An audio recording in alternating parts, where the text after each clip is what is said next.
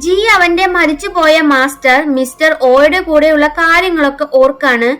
ഈ മോഷണം നടത്തണമെന്ന് പറഞ്ഞപ്പോ മിസ്റ്റർ ഓയാണ് ഇതിനെ പറ്റിയ ആള്, പക്ഷെ മരിച്ചു പോയില്ലേ എന്ന് നേരത്തെ ചോ പറഞ്ഞില്ലേ, അയാളാണ് നമ്മളുടെ ജിയുടെ മാസ്റ്റർ. യൂൺഹായെ കാണാൻ ജി പോകാണ്. അവരങ്ങനെ സംസാരിച്ചു കൊണ്ട് നടക്കുമ്പോ ഡിറ്റക്റ്റീവും ടീമും അങ്ങോട്ട് വന്ന് ജ്വല്ലറി റോബറിയെ കുറിച്ച് സംസാരിക്കണം എന്ന് പറഞ്ഞ് ജിയെ പോലീസ് സ്റ്റേഷനിലേക്ക് കൊണ്ടുപോകാണ്. എന്നിട്ട് ആ സൂട്ട്കേസിനെ പറ്റി ചോദിക്കും. എന്നാൽ ജി ഒന്നും വിട്ടു പറയുന്നില്ല. ഞാൻ മാന്യമായി ജീവിക്കുന്ന ഒരാളാണ്, എന്നെ അപമാനിച്ച നിങ്ങളുടെ മുകളിലുള്ള ആൾക്കാർക്ക് ഞാൻ കംപ്ലൈന്റ് കൊടുക്കും എന്ന് ജി പറയുമ്പോ ഡിറ്റക്റ്റീവ് അവനെ പറഞ്ഞയക്കും. അടുത്ത ദിവസം ഡിറ്റക്റ്റീവും ടീമും ജിയുടെ ഫ്ലാറ്റ് റെയ്ഡ് ചെയ്യാൻ വരും. ഈ വിവരം മുന്നേ മനസ്സിലാക്കിയ ജി എല്ലാ എവിഡൻസും നശിപ്പിച്ചു കളയും. എന്നിട്ട് അവിടുന്ന് മുങ്ങാണ്. പോലീസ് വന്ന് സെർച്ച് ചെയ്യുമ്പോ ഒന്നും കിട്ടുന്നില്ല. പക്ഷെ അവിടെയുള്ള ഒരു സീക്രട്ട് റൂം അവര് കണ്ടുപിടിക്കും. അത് തുറന്നു നോക്കുമ്പോഴോ മറ്റേ കസ്റ്റംസിനെ കുറിച്ച് അവര് കണ്ടുപിടിച്ച ഡീറ്റെയിൽസ്, ഫോട്ടോസ്, എന്തിനു പറയുന്നു മോഷണം നടത്തുന്ന ഡേറ്റ് അടക്കം, അതായത് മെയ് 14 എന്ന ഡേറ്റ് അടക്കം അവർക്ക് കിട്ടും. ജിയോട് ജോ പ്ലാൻ ചോദിക്കുമ്പോ കസ്റ്റംസില് നമ്മൾ ഒരു ബോംബ് പൊട്ടിക്കും, അപ്പൊ അവിടെയുള്ളവരുടെ ശ്രദ്ധ അങ്ങോട്ടായിരിക്കും, ആ സമയത്താണ് നമ്മൾ അവിടെ മോഷ്ടിക്കാൻ പോകേണ്ടത് എന്ന് പറയും. അതൊക്കെ, പക്ഷെ ബോംബ് എങ്ങനെ വെക്കും? നമ്മൾ എൻവയോൺമെന്റൽ ഓഫീസേഴ്സ് ആയി അങ്ങോട്ട് പോകും, അപ്പൊ അവർക്ക് തടുക്കാൻ പറ്റൂലല്ലോ. അവിടെ ചെക്ക് ചെയ്തതുപോലെ കാണിച്ച് നമ്മൾ അവിടെ ബോംബ് വെക്കും. അത് മാത്രല്ല അവിടെ വലിയൊരു അലാം ഉണ്ട്. ബോംബ് പൊട്ടിയ ഉറപ്പായും അലാം അടിക്കും. പക്ഷെ കുറച്ചു നേരം മാത്രം അത് അടിക്കൂ. പക്ഷെ നമ്മൾ അതിന്റെ സമയം കൂട്ടും. അതിനുവേണ്ടി ഒരു ടൂൾ അവിടെ ഇൻസേർട്ട് ചെയ്യും. ആ അലാം സൗണ്ട് കാരണം ലോക്കർ പൊട്ടിക്കുന്ന സൗണ്ട് അവർക്ക് കേൾക്കില്ല എന്നൊക്കെ ജി പറയാണ്. ഇപ്പൊ ജി ലോക്കർ പൊട്ടിക്കാൻ പ്രാക്ടീസ് ചെയ്തുകൊണ്ടിരിക്കുകയാണ്. ഈ മോഷണം കഴിഞ്ഞാൽ നമ്മളെ ചോ വെറുതെ വിടുമെന്ന് എനിക്ക് തോന്നുന്നുണ്ടോ എന്ന് ഗുയിനോട് ജി ചോദിക്കും. ഇല്ല, എനിക്ക് അങ്ങനെ തോന്നുന്നില്ല. എന്നാൽ നമുക്ക് ചോനെ കുടുക്കിയിട്ട് ആ 150 മില്യൺ അടിച്ചു മാറ്റണം. അത് ഞാൻ പ്ലാൻ ചെയ്തിട്ടുണ്ട് എന്ന് ജി പറയും. ഇതൊക്കെ ജോൺ ബേ കേൾക്കും. എന്നിട്ട് ചോയോട് അതുപോലെ പോയി പറയും. എന്നാ ചോ എന്താണ് പറയാന്ന് വെച്ചാ നമുക്ക് ഒന്നും അറിയാത്ത പോലെ അങ്ങോട്ട് ഇരിക്കാന്ന്. യൂൺഹായെ കുറിച്ച് കുറച്ച് ഡീറ്റെയിൽസ് കിട്ടിയിട്ടുണ്ട് എന്ന് പറഞ്ഞ് അസിസ്റ്റന്റ് ചോയ്ക്ക് ആ പേപ്പേഴ്സ് കാണിച്ചു കൊടുക്കാണ്. ഓഹോ, കഥ ഇങ്ങനെയാണല്ലേ പോകുന്നത്. എനിക്ക് ആദ്യമേ ഒരു സംശയം ഉണ്ടായിരുന്നു. ഇവളെ കണ്ടതും മുന്നേ പരിചയമുള്ള പോലെയൊക്കെ എനിക്ക് തോന്നിയിരുന്നു. മിസ്റ്റർ ഓയുടെ മകളാണില്ലേ, വെറുതെ അല്ല, ഇവളെ പൊക്കണം എന്ന് ചോ പറയും. യൂൺഹായെ കാണാൻ ജി പോയിരിക്കാണ്. അവന്റെ സംസാരം കേൾക്കാൻ പോലും അവള് തയ്യാറാവുന്നില്ല. നിന്നെ എനിക്ക് വിശ്വാസമല്ല, നിന്റെ ആവശ്യത്തിന് വേണ്ടി നീ എന്നെ യൂസ് ആക്കുമായിരുന്നില്ലേ എന്നൊക്കെ പറയും. ഞാൻ എക്സ്ക്യൂസ് പറയാനൊന്നും വന്നല്ല. എനിക്ക് നിന്റെ അച്ഛൻ അറിയാ, അച്ഛന്റെ ജോലി അറിയാ. നിന്റെ അച്ഛൻ ആക്സിഡന്റിൽ മരിച്ച എന്നാണോ നീ വിചാരിച്ചിരിക്കുന്നത് എന്ന് ചോദിക്കും. അവൾക്ക് അപ്പൊ ഒരു ഡൗട്ട് അടിക്കും. ഓ, നീ അതിന് പകരം വീട്ടിറങ്ങിയതാണ് ഇല്ലേ? എന്തായാലും എനിക്ക് നിന്നെ വിശ്വാസമല്ല. നീ ഒരു ഇൻവെസ്റ്റർ മാത്രാണ്, എനിക്ക് അതിൽ കൂടുതൽ ഒന്നുമില്ല എന്ന് പറഞ്ഞ് യൂൺഹ കാറിൽ കയറും. ചോന്റെ ആള് ഓൾറെഡി ആ വണ്ടിയിൽ ഉണ്ടാകും. എന്നിട്ട് അവളെ തട്ടിക്കൊണ്ടു പോകും. ജിയുടെ ആളുകൾക്ക് ഇഞ്ചിയോൺ കസ്റ്റംസിൽ കയറാനുള്ള ID കാർഡ് ചോ ഏർപ്പാടാക്കി കൊടുക്കുകയാണ്. അടുത്ത ദിവസം കസ്റ്റംസിലേക്ക് ചോ പോകും. ഒരു ID കാർഡ് കാണിച്ച് ഉള്ളിൽ കയറുകയാണ്. അത് കഴിഞ്ഞ് ജോൺ ബേ ടെലിഫോൺ റിപ്പയർ ചെയ്യാൻ വേണ്ടിയിട്ട് വന്ന ആളാണ് എന്ന് പറഞ്ഞ് ഉള്ളിൽ കയറും. ചോയുടെ കയ്യില് ഒരു കമ്മ്യൂണിക്കേഷൻ സിസ്റ്റം ഉണ്ടാകും. അവിടെയുള്ള പോലീസുകാരുടെ അടക്കം കമ്മ്യൂണിക്കേഷൻ എന്താണ് എന്ന് ചോയ്ക്ക് കേൾക്കാനും അതിനനുസരിച്ച് മറുപടി കൊടുക്കാനും കഴിയും. അങ്ങനെ അവർ ആ ബോംബ് പൊട്ടിക്കും. പിന്നെ ഫയർഫോഴ്സും പോലീസും ഒക്കെ അങ്ങോട്ട് വരുവാണ്. അതിന്റെ ഇടയിലൂടെ ജിയും ടീമും ഉണ്ടാകും. അവരകത്ത് കയറിയതും ജോൺ ബേ സെക്യൂരിറ്റി സിസ്റ്റം ഹാക്ക് ചെയ്യാണ്. അവർ ആദ്യം പോകുന്നത് മറ്റേ കൂപ്പൺസ് ഉള്ള കണ്ടെയ്നർ ഇല്ലേ, അതിന്റെ അടുത്തായിരിക്കും. അതിൽ നിന്ന് അവർക്ക് ആവശ്യമുള്ള കൂപ്പൺസ് എടുത്തിട്ട് ബാക്കി നശിപ്പിക്കാണ്. ഹാക്ക് ചെയ്ത സെക്യൂരിറ്റി സിസ്റ്റം പഴയ പോലെ ആകാന് റീബൂട്ട് ചെയ്യാതെ വേറെ ഓപ്ഷൻ ഇല്ല. അതുകൊണ്ട് അവിടെയുള്ള ഒരാള് ഡയറക്ടറെ വിളിക്കുവാണ്. പക്ഷേ കോള് കിട്ടുന്നത് ചോയ്ക്കായിരിക്കും. ചോ അത് ഷട്ട് ഡൗൺ ചെയ്ത് റീസെറ്റ് ആക്കാൻ പറയും. അവരങ്ങനെ ചെയ്യുന്നുണ്ട്. സിസ്റ്റം റീസെറ്റ് ആവാൻ മിനിമം 40 മിനിറ്റ് വേണം. അതിനുള്ളിൽ പണി തീർക്കാൻ വേണ്ടിയിട്ട് ജോൺ ബേ പറയാണ്. അങ്ങനെ ജിയും ടീമും കാശുള്ള സൈഡിലേക്ക് പോകും. അവിടെ നിന്നിരുന്ന സെക്യൂരിറ്റി ഗാർഡ്സിനെ അടിച്ചിട്ട് രണ്ടാൾ അവിടെ നിൽക്കും. ബാക്കിയുള്ളവർ ഉള്ളിലേക്കും പോകും. ജി 10 മിനിറ്റിനുള്ളിൽ ആ ലോക്കർ തുറക്കുവാണ്. പൈസ കണ്ട് എല്ലാരും അന്തം വിട്ടു നിൽക്കും. അപ്പോ 40 മിനിറ്റിലെ 10 മിനിറ്റ് ഓൾറെഡി കഴിഞ്ഞു. ഇനി ബാക്കി 30 മിനിറ്റ് തീരുമ്പോഴേക്കും പരിപാടി തീർക്കണം. കാശ് വണ്ടിയിൽ കയറ്റുക, പിന്നെ ബോട്ടിൽ കൊണ്ടുപോയിട്ട് വേറെ കണ്ടെയ്നറിലാക്കുക, അതാണ് ടാസ്ക്. വലിയ എമൗണ്ട് ആയതുകൊണ്ട് ഒറ്റയടിക്ക് കൊണ്ടുപോകാനും പറ്റൂലല്ലോ. അപ്പൊ ഇവര് കുറച്ച് കുറച്ച് കൊണ്ടുപോയിട്ട് ബോട്ടിൽ കയറ്റുവാണ്. ഇതേ സമയം ഡിറ്റക്റ്റീവും ടീമും വരുന്നുണ്ട്. ഇവര് കണ്ടെയ്നർ ഉള്ള സ്ഥലത്തേക്ക് പോയി ചെക്ക് ചെയ്യാണ്. അപ്പോഴേക്കും ജിയും ടീമും അവിടെ ഒളിക്കും. ഇവര് ജസ്റ്റ് ഒന്ന് വണ്ടിയിൽ ഇരുന്ന് നോക്കുന്നതേ ചെയ്യൂ.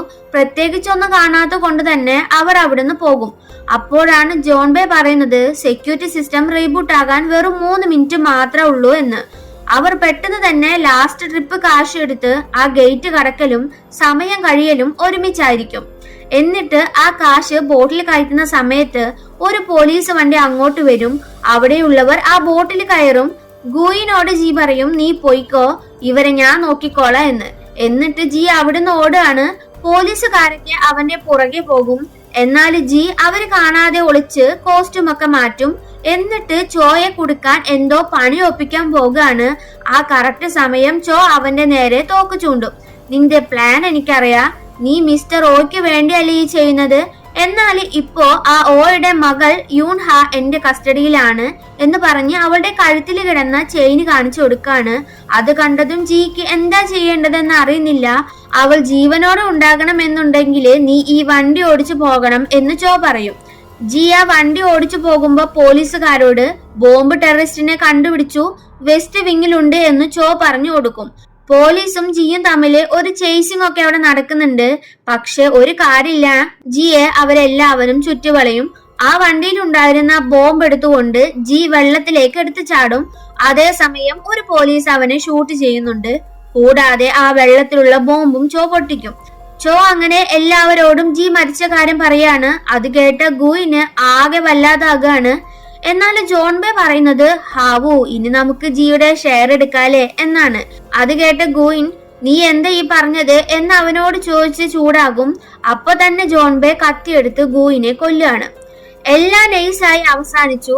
ചോയും ടീമും ഇവർ മോഷ്ടിച്ച കാശ് നോക്കാൻ വേണ്ടിട്ട് നിൽക്കാണ്. ആ കൂപ്പൺ കൊണ്ട് മൊത്തം കവർ ചെയ്തിട്ടല്ലേ ഉണ്ടാവുക. ആ കണ്ടെയ്നർ കയറി ചോ കൂപ്പൺ നോക്കുമ്പോ അവിടെയാണ് ടിസ്റ്റ്. അതില് കാശില്ല, ഫുള്ള് കൂപ്പണാണ്. ആ സമയം ചോയ്ക്ക് കോൾ വരും. അത് വേറെ ആരുമല്ല, ജി ആയിരിക്കും.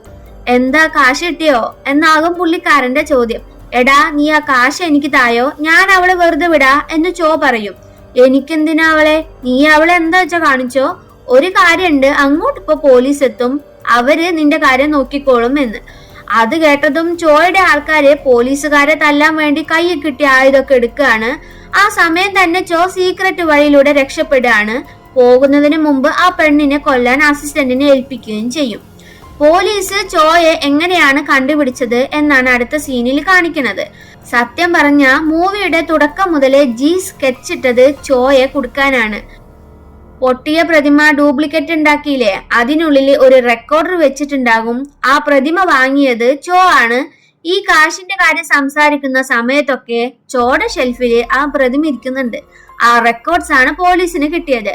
അവിടെ പോലീസും ചോയുടെ ആൾക്കാരും തമ്മിൽ നല്ല തല്ല് നടന്നുകൊണ്ടിരിക്കുമ്പോ യൂൺഹായെ രക്ഷിക്കാന് ജോൺ ബേ പോകും. ശരിക്കും ജോൺ ബേ ഇവിടെ ആരെയും ചതിച്ചിട്ടൊന്നുമില്ല.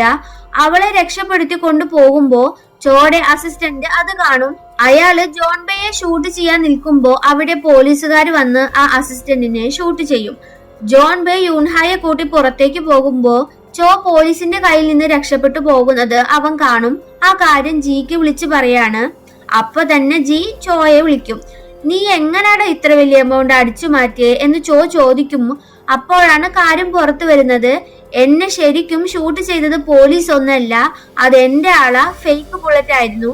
പിന്നെ കാശ് അത് മാറിയിട്ടൊന്നുമില്ല. ശരിക്കും അവര് കാശ് മാറ്റി വെച്ച സ്ഥലത്തേക്ക് ടെർബോയും ടീമും വരും.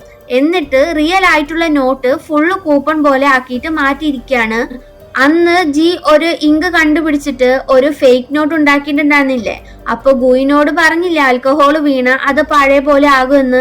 അതെന്നെയാണ് ഈ 150 മില്യണിലും ജി ചെയ്തിരിക്കുന്നത്. ശരിക്കും ചോ കണ്ട ആ കൂപ്പൺ തന്നെയാണ് ഒറിജിനൽ കാശ്. അതിൽ ആൽക്കഹോൾ വീണ മാത്രമേ പഴയ പോലെ ആകൂ എന്ന്. അടുത്തത് നോട്ട് സീസ് ചെയ്യാൻ 2 ആള് വരുന്നതാണ് കാണിക്കുന്നേ. അത് ആരാ? നമ്മുടെ ഗുയിനും പിന്നെ ജോൺ ബേയും. ശരിക്കും ജോൺ ബേയും ഗുയിനും തമ്മിലുള്ള കളിയാണ് ആ കുത്തിക്കൊല്ലല്. ജോൺ ബേ എപ്പോഴും കൂടെ ഉള്ളവനെ ചതിക്കുന്ന ക്യാരക്ടറാണ്. അപ്പൊ ഇതറിയുന്ന ചോ എന്തായാലും അവന് കാശ് കാണിച്ച് കൂടെ നിർത്തുമെന്ന് ജിക്ക് അറിയായിരുന്നു. ഞങ്ങളെ പറ്റിക്കുന്നത് പോലെ കാണിച്ച് ചോയെ പറ്റിക്കണമെന്ന് നേരത്തെ ജി പറഞ്ഞിട്ടുണ്ടാകും. റോട്ടിൽ വെച്ച് ജി ചോയുടെ വണ്ടിയിൽ കൊണ്ടിടിക്കുകയാണ്. എന്നാൽ രണ്ടിനൊന്നും പറ്റുന്നൊന്നുമില്ല. പക്ഷെ ജി പറയുന്നുണ്ട്, എന്തായാലും പോലീസിന്റെ കണ്ണില് ആ 150 മില്യൺ എടുത്തത് നീയാ. അതിനുള്ള എല്ലാ തെളിവും അവരുടെ കയ്യിലുണ്ട്. ആ കാശ് കണ്ടുപിടിക്കുന്നത് വരെ നിന്റെ ഗതി അതോ ഗതി എന്ന് പറഞ്ഞ് ജി അവിടുന്ന് പോകും. പിന്നെ അങ്ങോട്ട് പോലീസ് വരും. ചോയെ കൊണ്ടുപോയി ചോദ്യം ചെയ്യാണ്. ചോ എന്ത് പറയാനാ, അന്തം വിട്ട കസേരയിൽ ഇങ്ങനെ ഇരിക്കുന്നുണ്ട്. അവിടെ ജിയും ടീമും ഈ കാശിന്റെ മുകളില് ആൽക്കഹോളൊക്കെ ഒഴിച്ചിട്ട് അത് ഒറിജിനൽ പൈസ ആകുന്നത് കണ്ട് സന്തോഷിക്കുകയാണ്. അതിൽ നിന്ന് ഒരു പങ്ക് യൂൺഹാക്ക് ജി അയച്ചു കൊടുക്കും. അങ്ങനെ എല്ലാവരും ഹാപ്പി ആകുകയാണ്. ലാസ്റ്റ് ജിയും യൂൺഹായും ഒന്നാവുന്നതും കാണിച്ചിട്ട് ഈ മൂവി അവസാനിക്കും. മൂവി ഇഷ്ടപ്പെട്ട ഒരു ഹാർട്ട് കമന്റ് ആക്കട്ടാ. Thank U.